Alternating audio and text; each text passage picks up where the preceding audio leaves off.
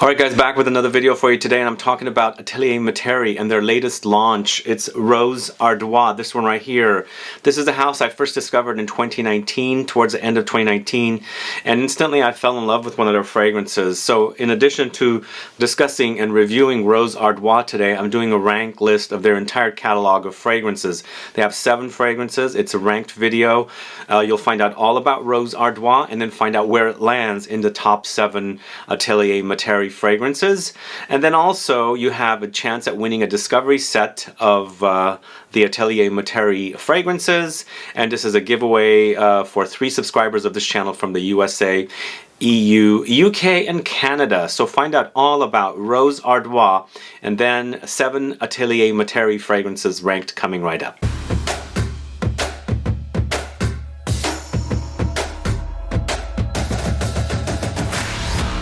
Thanks so much for tuning in. This is Sebastian. Yes, today I'm talking about Atelier Materi.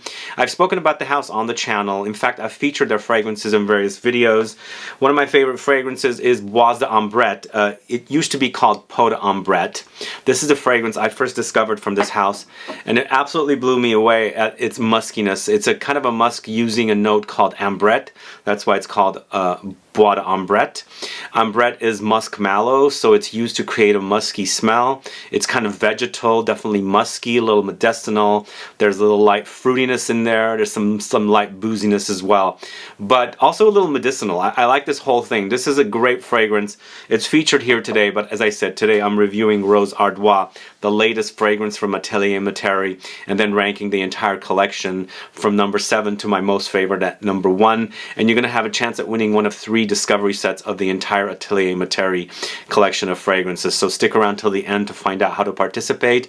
But before I get to the fragrances, if this is your first time tuning into my channel and you still haven't subscribed, click the subscribe button below and also click the bell so that you'll be notified for future videos and giveaways. So how many of you knows this house? Have you caught any of my videos where I've featured their fragrances? I've featured Peau d'Ambrette, or actually Bois d'Ambrette now. They've retitled or renamed 2 of their fragrances. This is one of them. And it's so good. If you ever have smelled Ambrette or enjoyed this note, you should definitely check this one out. Ambrette is featured in Egoiste from Chanel. It's featured in Chanel number 18. It's featured in Fleur de Peau from Diptyque. It was featured in Muglaire's Over the Musk. It's definitely a musky note. So if you like these kind of fragrances, definitely check this out. It's a top-notch musky fragrance, but it does have those features I was talking about. But let's talk about Rose Ardoise first, because that is their newest release. It's a 2022 launch, created by Celine Perdriel, I think how you say that. I don't know this perfumer, and it's interesting that a lot of the perfumes here in this collection are created by fairly unknown perfumers, which is kind of cool because you get to see a perfumer that you've never seen before and what kind of, you know, creations they make. And I'm not going to pay too much attention to the perfumers of the fragrances in today's video, except for the new one, Rose Ardoise. You can go catch my other fragrance videos on this house. But this is a 2022 launch, as I said, 100 ml is $250. I would call this a floral woody amber fragrance. It acts like that. I also get kind of minerally metallic touches and then also a little green touches under there as well. And it's quite unique smell. So with Rose Ardoise, at the top you've got Schinus Molle Nutmeg for top notes. Heart notes features rose and sage. Base notes features Vetiver, Ambroxan, and leather. Very interesting combination of notes, right? So it is called the floral woody amber fragrance. The ambery touches we're getting from the Ambroxan. So this is that kind of an amber. It's not your traditional syrupy, resinous amber where it kind of goes vanillic, you know, benzoin, labdanum, and things like that. That's not what this particular amber fragrance is. So if you like Ambroxan fragrances where it kind of can go metallic, you know, woody, musky, and things like that, then definitely check this one out. But it starts off peppery. Schinus Molle is pink pepper. We have the Schinus Molle trees here in California. I always go, oh my god, there's Schinus Molle. But yeah, it's a pink pepper note, and that's definitely what the fragrance starts off with. And I've mentioned this in my videos in the past. Schinus Molle or pink pepper really does do justice to roses. They kind of have a rosiness to begin with, this peppery note. So it's a given that they would start this particular fragrance up top with Schinus Molle along with a nutmeg to add a little bit of a warm spice to it. So it develops into the rose, and that the rose to me is not necessarily overly jammy. It's definitely the green kind of rose, but it is a pretty pungent rose. You do smell the rosy qualities. It's definitely a rosy fragrance, but this is not like any other rose fragrances to me. More like something, not saying it smells like it, but like queer, Rose and Queer from Frederick Malle, whereas it has these kind of greenness, vegetal kind of qualities, and the rose is created with geranium in that fragrance. So it's that kind of a rose with more of a rosy presence, but still kind of has these kind of like green woody touches that doesn't fully develop into a complete rose fragrance. So when the rose develops, you also have some aromatics, a sage note here. It does get herbal, you do recognize it. So the whole fragrance has a herbal quality and a spicy quality as well, which eventually dries down to woods. It's very, very woody, and then you've got that ambery experience from the Ambroxan here in the base notes, along with the leather. So it does develop into some leathery touches as well. It's quite a great smelling fragrance. I really like this particular rose because I'm in a place right now where I've sampled so many rose fragrances. I want my rose fragrances to be different. I don't want it to smell like roses. I'm smelling roses because I've smelled so many fragrances. So it's always great to have a unique smelling rose fragrance, one that you've not smelled before, and you know, one that kind of goes metallic, a little minerally. There's definitely like light minerally touches in here and lots of greenness. So it's almost like you're experiencing the green stemmy woodiness and the rose together to create kind of a green rose experience where the rose is not necessarily fully matured, ripened, and pungent. But as I said, it is a pungent rose, but it's not fully bloomed kind of a rose. Really an amazing smell. I think it's quite unique. And that's what I like about Atelier Materi. Their fragrances are unique. They're not necessarily very conventional, it's stuff that you have smelled before, and that's the thing I like about this house. Their fragrances are going to be original, not smelling like every other fragrance, which kind of sometimes you get bored of the fragrances smelling all the same. You want some, uniqueness. You want some, fragrance smelling adventures.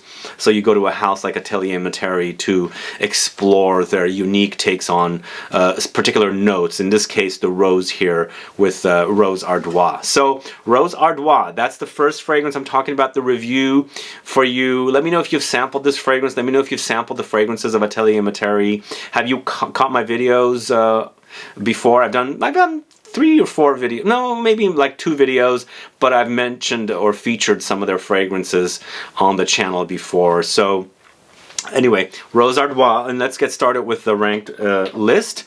You'll find out where Rose Ardoise ends up on this list. But at number 7, I'm speaking about POIVRE POMELO. So that's the 7th fragrance in the collection. I'm ranking this list, as I said. It's not necessarily that it's a bad fragrance, but when I'm putting them together with the entire collection, this one goes to the bottom because in the end it's a citrus. It's POIVRE POMELO, pepper and grapefruit, basically what it translates to. This to me is a fresh, spicy, citrus, aromatic fragrance. So it has all these qualities. There's definitely spices in here. Poivre is black pepper or pepper, so you get the spiciness. It's a nice contrast with the pomelo, the grapefruit note in here as well. So grapefruit, Timur pepper, pink pepper, mate, Angelica, Peony, Vetiver, Osmanthus. So those are the notes mentioned in here. It's a unique combination. You've got that mate, which has a kind of a herbal, grassy, green tea kind of a association with it. The Angelica has a little vegetal qualities. The Osmanthus has some fruitiness, but it's definitely lots of grapefruit with pepper. And not only do you have the pink pepper, you've got the Timur pepper in here. And Timur pepper, just like Sichuan pepper, whereas Sichuan pepper has lemony nuances, Timur pepper has grapefruit nuances. So they combine it with the grapefruit to kind of accentuate the grapefruit smells even further in this particular fragrance. So it's definitely a spicy take on a grapefruit, pomelo fragrance. Definitely worth checking out here. I've put it at the bottom because in the end, it's a citrus with spice, you know, kind of a thing. So that's why it's ended up at number 7. So POIVRE POMELO at number 7. So at number 6, I'm going with the fragrance Cacao Porcelana. So this in the end is a woody spicy amber fragrance with white cacao, tonka beans, light tobacco, Davana, Patchouli, and Immortelle. And in the end, you've got a kind of a powdery cacao experience, not necessarily fully chocolate, but you know, cacao, chocolate, it's kind of the same, so there's a little bit of a powdery touch with it, with some nuttiness thrown in, the kind of bitter almond-like qualities of the tonka beans in there as well. Tonka beans also have a little bit of a tobacco-ish touch to me, and along with the light tobacco that's featured in here, it makes for kind of a lightly tobacco-ish experience against the cacao note that's in here. You have some Davana and Patchouli and Immortelle. Immortelle, you've got this kind of grassy, brown sugary, caramelized qualities with the everlasting flower. So, you know, it is a nice fragrance. I enjoy it. I do enjoy it a lot more than the POIVRE POMELO, because the POMELO and the POIVRE is intense in that fragrance, and peppery fragrances are not necessarily my favorites, but, you know, I enjoy them once in a while. So I do enjoy this a little more because of its chocolatey touches, and then, of course, those tobacco-ish touches in there as well. Definitely has the, you know, the powdery qualities, and, of course, light tobacco-ish touches. So that's Cacao Porcelana here at number 6. At number 5, this is SANTAL Blonde. So, blonde sandalwood, basically what it translates to.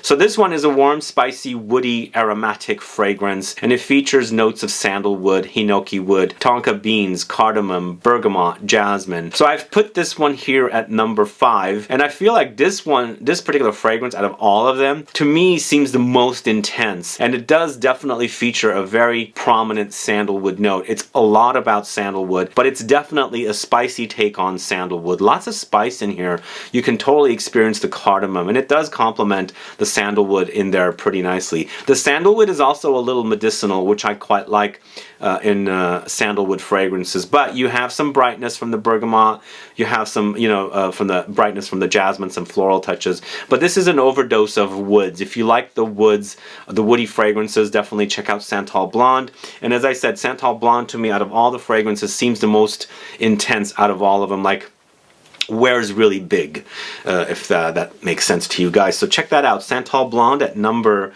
5. At number 4, it's Iris Ebene.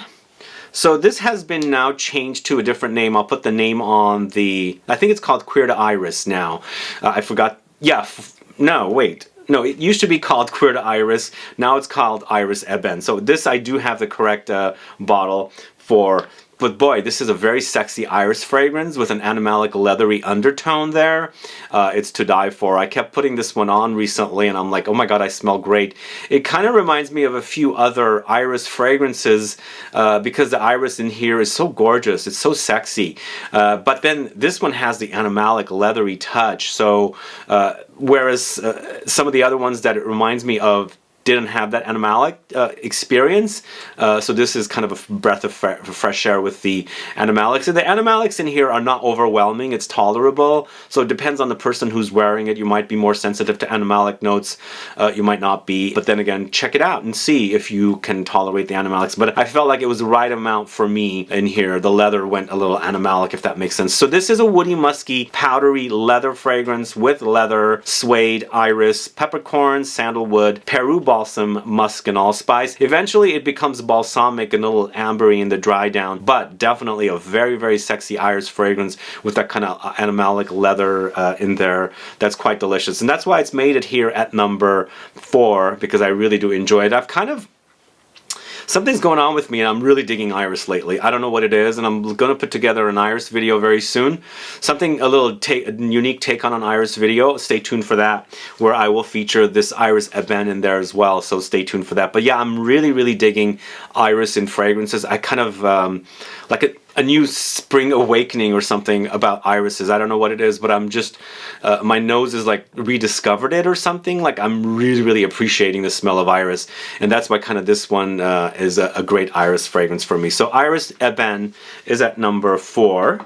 And can you guess my number 3? Number 3 is Rose Ardoise. This is the latest release from Atelier Materi. I quite dig it. and I put it at number 3. And again, this is a floral woody amber fragrance, and it features vetiver, rose, Schinus mole, sage, ambroxan, leather, nutmeg. You know, to me, it's green and stemmy that has these qualities. A little minerally, a little metallic as well. And it's a unique take on a rose fragrance and not smelling like every other rose fragrances. Because, you know, rose is one of the most popular notes in the perfume industry, and they end up smelling all the same. So you want something different if you're gonna experience rose again, because me smelling all the fragrances out there, or at least trying to smell all the fragrances out there, I've probably smelled so many rose fragrances that smell similar. So this one to me is a breath of fresh air and a unique take on a rose fragrance. So anyway, Rose Ardoise is at number 3, and a great new release from Atelier Materi. So you probably know my top 2 already, because you already know my number 1. I was mentioning it early on, but at number 2, this is Narcisse Taiji, this one right here. I'm really in love with the way this particular fragrance smells. It is an amazing smell, very, very unique for a Narcissus focused fragrance. Recently I featured it in a green fragrances video, and I quite like this one because it has very minerally touches. I would call this a warm, spicy green floral fragrance with narcissus, hay, patchouli, musk, leather, bran, ginger, pear, tuberose. So it does have some light fruitiness, and it also has some floral touches, but the hay and the bran is a very unique note contrasted with the narcissus, and this narcissus note creates this kind of minerally experience here in this particular fragrance. And I really like the way it smells, because it does have a very spring-like smell, with potentially at a barn where there's a lot of hay and there's this growth of like narcissus bush of flowers, and you could smell this kind of like very, very interesting smell, because there's a sun, coming down and heating up the flowers, and the smell is kind of like amplified, and you're smelling it with the hay and things like that. So very interesting smell. It's got a very spring-like green smell, but very earthy at the same time, and a little minerally there as well. So Narcisse Taiji is the number 2 fragrance. I really love that one. I really do. I think it's a great fragrance. It's very unique to me. And then of course my number 1 is Bois de Ambrette, which formerly used to be called Peau de Ambrette. It's right here, that's what it says. So Bois de Ambrette is all about ambrette seeds, musk mallow. It's this note that looks like little kidney beans that are used in fragrances to create this kind of musky smell. And as I said earlier, they do have a little medicinal quality. It's musky for sure, it's powdery, and then there's these fruitiness in there, there's a little booziness in there as well. It was used in Egoiste from Chanel. It's used in Chanel number 18. Maybe it's still used in Mugler over the musk. I don't know what the status on that fragrance is. It's definitely featured in Fleur de Peau from Diptyque as well. But this is super, super sexy. It's woody, musky, amber fragrance with ambrette, Angelica, sandalwood, amorous, ambroxan, musk. I do experience a powdery touch. I also feel like there's a little iris in here as well. The Angelica is probably what's creating this kind of iris-like quality. Angelica is powdery, vegetal, along with the ambrette note with this one, with this kind of sexiness. Oh man, it's so good. You know, I also experience a little leatheriness under there as well, which it's all, in this particular fragrance to create for one amazing wearing experience. So this is my number 1. I absolutely love this particular fragrance. It's Bois de Ambrette, used to be called Peau de Ambrette. So that is at number 1, and that's the ranked list of Atelier Materi fragrances. What are your thoughts on these particular fragrances? Are you a fan of this house? Do you enjoy the fragrances?